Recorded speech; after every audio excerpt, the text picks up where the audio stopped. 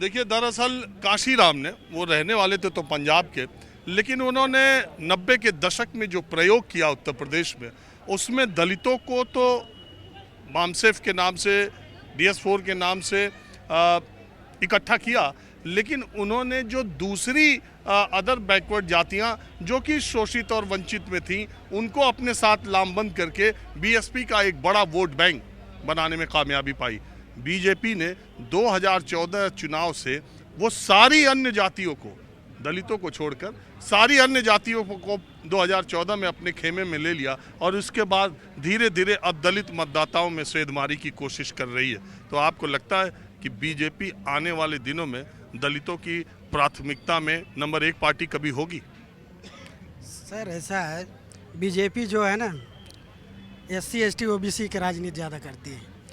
ये इस समय मुद्दा आएगा राम मंदिर का, जैसे नेक्स्ट जो इलेक्शन आने ही वाला है जनवरी में। हाँ, तो इसमें मेन इनका वर्ल्ड कप की तरह काम करेगा राम मंदिर।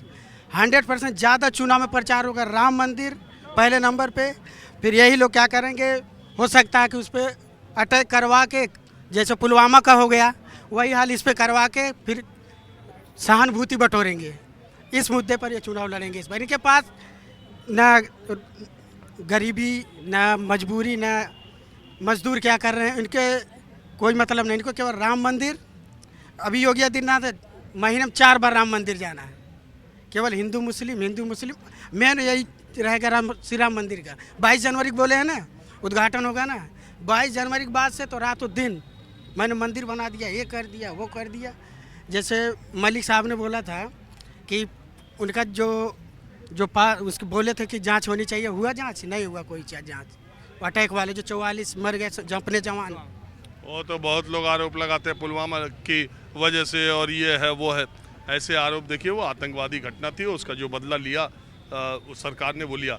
मैं आपसे ये कहना चाह रहा हूँ कि अगर राम मंदिर बन रहा है और राम मंदिर को वो चुनावी तौर पर भुनाने की कोशिश भी कर रहे हैं, तो समाज जब ये बात समझ रहा है तो फिर समाज भी उस, एक तरफ तो धर्म की बात चल रही है, दूसरी तरफ तो जाति की भी तो बात चल रही है। जाति इनके पास कोई मुद्दा ही नहीं इसके अलावा, हिंदू मुस्लिम और ये मंदिर। फिर अब क्या होगा, कश्मीर पे अटैक ज़्यादा होने लगेगा जब चुनाव नज़दीक आता है ना। सिर्फ कश्मीर, इसमें आप न्यूज़ कोई सभी देख लो, आपको ये दिन भर यहाँ अटैक हो गया, यहाँ अटैक हो गया। अभी मणिपुर में था, मणिपुर का नहीं दिखा रहे, वहाँ पहुँच गए विदेश में, वो दिखा रहे जो वहाँ भी हुआ है हमला, इजराइल हमास वाले। मणिपुर पहुँच नहीं रहे, इजराइल हमास पहुँच रहे। दिन भर देख देख के दिमाग खराब। अरे देश की बात करो यार, यहाँ आग लगी, पानी वहाँ जाके डाल रहे हो। पहले यहाँ देखो क्या हो रहा।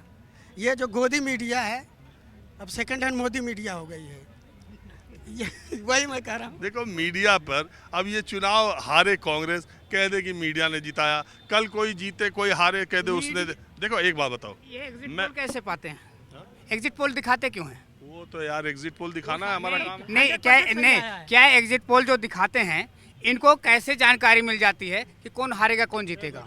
इसका मतलब है ये जो बीजेपी वाले तय करके देते हैं वही दिखाते हैं। कोई एक बात बताओ, केवल जब से बीजेपी सरकार में आई है तभी से एग्जिट पोल आ रहा है? नहीं, इसके पहले भी आ रहा था एग्जिट पोल, लेकिन खास करके जो असर पड़ा है बीजेपी की सरकार में, अगर कह दिया 2014 से अगर कह दिया 199 सीटें हमारी है, 98 नहीं होती है, ऐसा क्यों भाई?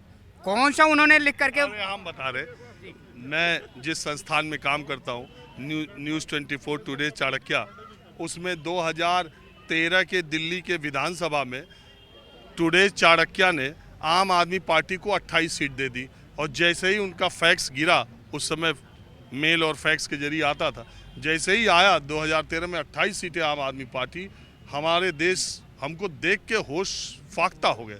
लेकिन रिजल्ट आया तो एग्जैक्ट 28 सीट आई।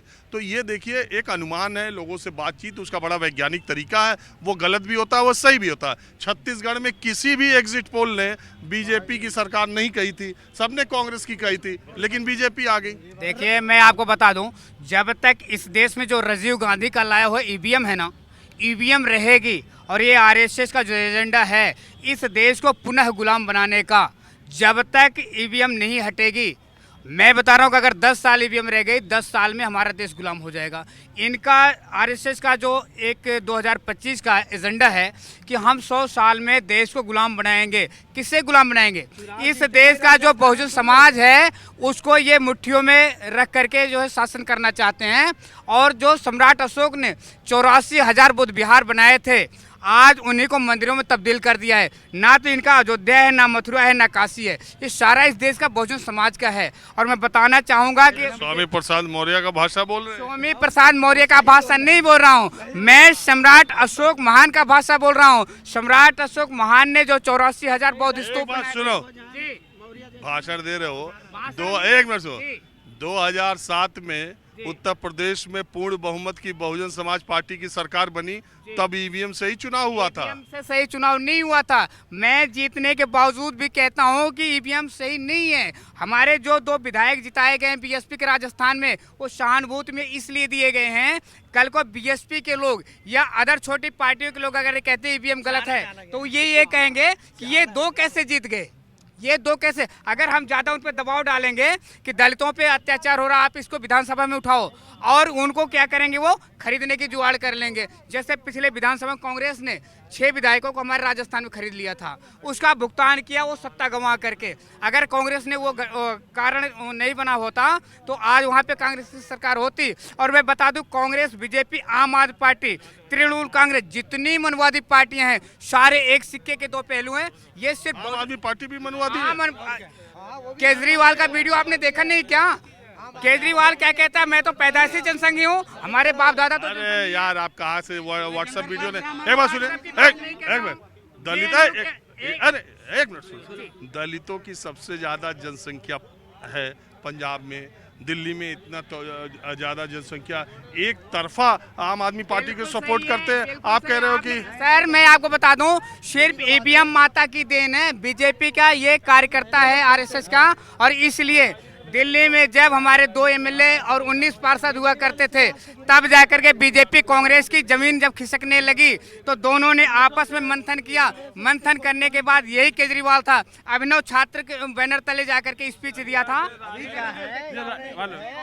मैं जो कह रहा हूँ, राजनीति चल रहा है या क्या चल रहा है, मुझे समझ नहीं आ रही है। पुण्यतिथि बाबा साहब की मनाई जा रही है, पुण्यतिथि मनाई जा रही है। सुनिए, यहाँ मैं ये पूछ रहा हूँ, सुनिए, धन्यवाद देता हूँ, क्योंकि 24 के टीवी चैनल पहली बार यहाँ आए, आज तक अभी तो कोई नहीं आया। राजीव रंजन ने आए, मैं अभी देखता हूँ आपको टीवी पर, मैं देखता हूँ जब वहाँ से जहाँ तक आया आपको देख सकते, लेकिन मैं आपको धन्यवाद करता हूँ। सुनिए, मैं ईमानदारी से कर रहा हूँ, मैं कोशिश करता हूँ कि मान्यवर काशीराम की जन्मतिथि और पुण्यतिथि पर जहाँ भी रहूँ, अभी था मैं तो मैंने लखनऊ से कार्यक्रम किया। बाबा साहब के जन्मतिथि और पुण्यतिथि पर अगर मैं ऐसी जगह पर रहता हूँ जहाँ पर मुझे कुछ उनके बारे में बताने, बोलने और लोगों से विचार जानने का मौका मिलता है, तो मैं ज़रूर आता हूँ। और जब भी मैं किसी ऐसे शहर में, बड़े शहर में होता हूँ और कोई ऐसा मुद्दा होता है, तो जुमे के दिन मस्जिद पर जाके, जामा मस्जिद पे जाके अक़लियत के लोगों के साथ बातचीत करता हूँ। अगर किसी ऐसी बात हुई धर्म से रिलेटेड, हिंदू धर्म से रिलेटेड,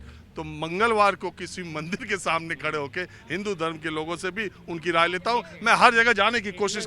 अरे आपका भाषण हो लिया थोड़ा भाई साहब से, मैं सिर्फ एक मिनट राजनीति की बात। अरे एक बाबा मिनट, साहब का पूरा जीवन राजनीति से प्रेरित रहा। अगर बाबा साहब राजनीति न करते तो आज हमें इस मुकाम पे नहीं लाते। राजनीति के बगैर सुने, राजनीति की बात मत करो। कारण ये है कि बाबा साहब का जो संदेश था ना, बाबा साहब इस देश के जो दबे कुचलों को राजा बनाना चाहते। एक मिनट बात है, मैं ये कह रहा हूँ कि जब आप लोकतंत्र में रहते हैं, दुनिया के सबसे बड़े लोकतंत्र में रहते हैं, तो बिना राजनीति के आप कुछ नहीं हासिल कर सकते। और इसीलिए बाबा साहब अम्बेडकर भी कहते थे और काशीराम जी तो हमेशा कहते थे कि मजबूर सरकार रखोगे तब तुम्हारी ताकत का अंदाजा सबको होगा। मैं यहाँ